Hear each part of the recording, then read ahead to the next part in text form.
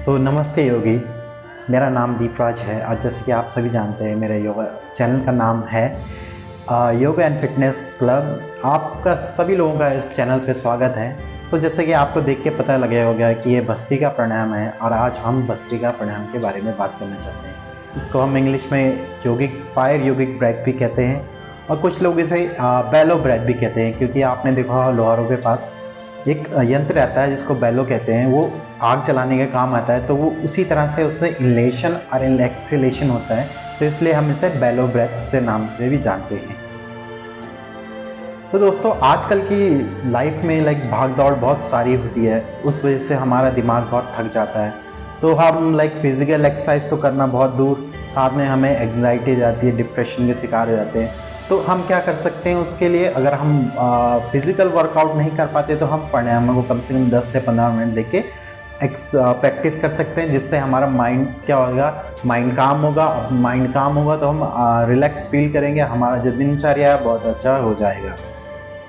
आजकल ये सबसे ज़्यादा प्रॉब्लम जो माइंड डिप्रेशन एंग्जाइटी की है वो सबसे ज़्यादा बच्चों पे दिखने को मिलती है, क्योंकि आजकल का टाइम ही ऐसा है। जैसे कंपटीशन ज़्यादा हो गया तो बच्चे ज़्यादातर फोकस अपना पढ़ाई पे लगाए थे, वो वर्कआउट नहीं करते। तो सबसे अच्छा बेनिफिट बच्चे यहाँ से पा सकते हैं अगर वो भस्त्रिका प्राणायाम करते हैं। भस्त्रिका प्राणायाम में होता क्या है, जो आपका लंग्स का सरफेस एरिया होता है, जो आपका लंग्स का नीचे का एरिया होता है, वो उससे एक्सपेंड हो जाता है और आपको ब्रीथ करने में बहुत हेल्प मिलती है। अगर आप ब्रोंकाइटिस या फिर आपको कोल्ड या फिर आपका जो भी लंग से डिजीज़ जो भी हैं, उसमें आपका जो भस्त्रिका प्राणायाम है आपको बहुत मदद दिलाएगा। इसलिए भस्त्रिका प्राणायाम को आपको साइनस की प्रॉब्लम है उसमें भी प्रैक्टिस करना चाहिए। आपको देखेंगे, आप जब भी आप भस्त्रिका करेंगे तो आप इन चीज़ों से बहुत ही जल्दी छुटकारा पाएंगे। जो हमारी जो ऑक्सीजन है वो 50% हमारे केवल 3 बॉडी पार्ट यूज़ करते हैं, जिसमें सबसे पहला हमारा लीवर है, दूसरा हमारा माइंड है और तीसरा जो हमारा है वो है हमारा हार्ट। ये तीनों चीज़ जो मैक्सिमम 50% बॉडी में जो ऑक्सीजन रहती है वो उसे यूज़ करते हैं। लीवर को ऑक्सीजन इसलिए चाहिए होती है क्योंकि लीवर में एक फ्लूइड रिलीज़ करता है जिसका नाम बाइल होता है। बाइल किस काम आता है? बाइल जो आपका फैट होता है एब्डोमेन में, उसको पचाने में बाइल सबसे ज़्यादा काम आता है। ये आपके जो फैट वगैरह रहते हैं जो भी आपके फूड में, वो उसको सिक्रेट करके सारा ऑब्जॉर्व कर लेता है और ये बहुत मदद करता है आपको डाइजेशन में। यहाँ पे किन लोगों को जो भस्त्रिका प्राणायाम है वो करनी नहीं चाहिए, उनको कम्प्लीटली अवॉइड करना चाहिए। जिनको माइग्रेन है उनको कम्प्लीटली अवॉइड करना चाहिए, जो प्रेग्नेंट लेडी है उन्हें अवॉइड करना चाहिए, और जिन्हें हाई बीपी की प्रॉब्लम है उन्हें कर सकते हैं लेकिन वो स्लो कर सकते हैं। और एक और पर्सन जिनको हार्ट सर्जरी या कोई भी रिसेंट सर्जरी है उन्हें कम्प्लीटली भस्त्रिका प्राणायाम अवॉइड करना चाहिए। भस्त्रिका प्राणायाम यहाँ पे 3 लेवल पे मैंने डिवाइड करा है अपनी तरफ से। मैं आपको उसका जो भी तीनों लेवल है मैं आपको बता दूंगा, और आपको 1 मिनट में कितनी बार करना चाहिए, कैसे करना चाहिए, ये सब आपको मैं अभी डिटेल में बताऊंगा। जो सबसे पहला लेवल यहाँ पे भस्त्रिका प्राणायाम का है वो आपको मैं बता दूंगा। वहाँ पे आपका जो इनलेशन और एक्सेलेशन है वो सिमिलर रहेगा। आपको जो आप इनहेल करेंगे वो फोर्सली एक्सेल भी करेंगे। जैसे कपालभाति में हमारा एक्सेलेशन फोर्सली होता था बट इनलेशन हमारा सॉफ्टली होता था, बट यहाँ पे भस्त्रिका में हमारा इनलेशन भी सेम रहेगा और एक्सेलेशन भी सेम रहेगा। आपका जो इसमें हम अपने दोनों हाथ यूज करेंगे, बट अगर आपके शोल्डर फ्रोजन शोल्डर है या फिर आपको शोल्डर इंजरी है आप उसे भी अवॉइड कर सकते हैं। तो यहाँ पे मैं पहला लेवल में आपको बता दूं, हमारी जो सांसें हैं वो धीरे से रहेंगी, यहाँ पे हम फास्ट नहीं करेंगे और इसमें हम अपना हाथ भी यूज नहीं करेंगे। तो आपको करना क्या है, आपने सबसे पहले सुखासन में बैठना है। अगर आप वज्रासन में बैठ सकते हो तो वज्रासन में बैठ जाइए। अगर आपको लोअर बैक की प्रॉब्लम है तो आप कुशन लेके अपना लोअर हिप के नीचे अपना कुशन रख के कमर गर्दन सीधी रखनी है, आंखें बंद रखनी है आपने, और यहाँ से आपको फर्स्ट नॉर्मल ब्रीदिंग करनी है। उसके बाद आपने जब आप इनहेल करेंगे कंधे ऊपर ले जाएंगे,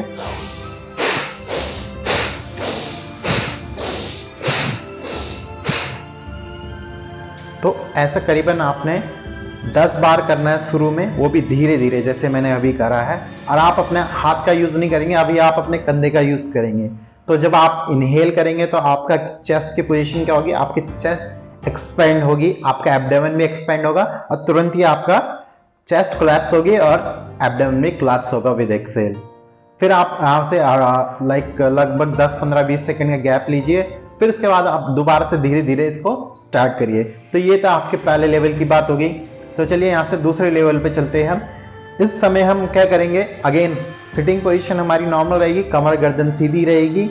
यहाँ से आपने करना है क्या है, इनहेल के साथ हाथ ऊपर ले जाने हैं और इस टाइम आपके हाथ ओपन रहेंगे। विद एक्सेल आपका थंब अंदर जाएगा और आपको फिस्ट बनानी है और एल्बो पीछे पुश करनी है। इनहेल,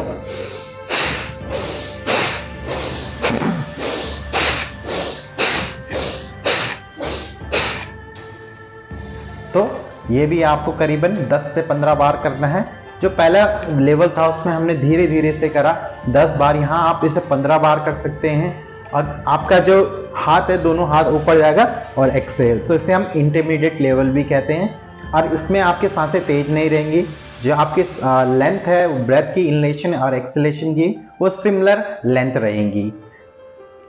अपने तीसरे लेवल की तरफ, ये एडवांस लेवल भी है। यहाँ पे आपको ज़्यादा फोकस करने की जरूरत नहीं है अपनी सांसों में, बट आपको फोर्सली एक्सलेशन इनलेशन करना है और आपको दोनों हाथ भी अपनी सांस की तरह इनहेल करोगे तो आपके हाथ दोनों ऊपर जाएंगे, एक्सेल करेंगे तो दोनों हाथ नीचे आएंगे। और इसमें थोड़ा सा फास्ट कर सकते हैं, जितना फास्ट आप कर सकते हैं, बट अगर आप बिगनर हैं आप लेवल 1 से ट्राई करिए, फिर लेवल 2 पे जाइए। तो चलिए मैं तीसरा लेवल आपको बता देता हूँ। यहाँ से आप इनहेल करेंगे,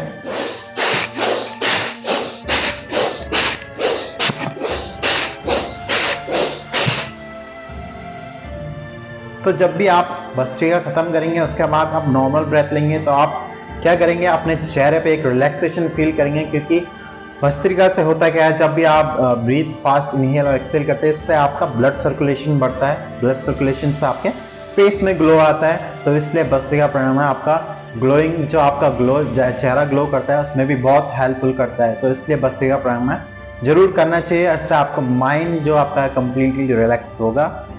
तो चलिए आज इस वीडियो में इतना ही, मिलता हूं मैं आपको नेक्स्ट वीडियो में। तब तक के लिए धन्यवाद। चैनल को लाइक करें, शेयर करें और चैनल को जरूर सब्सक्राइब करें। मिलता हूं मैं आपको नेक्स्ट वीडियो पे।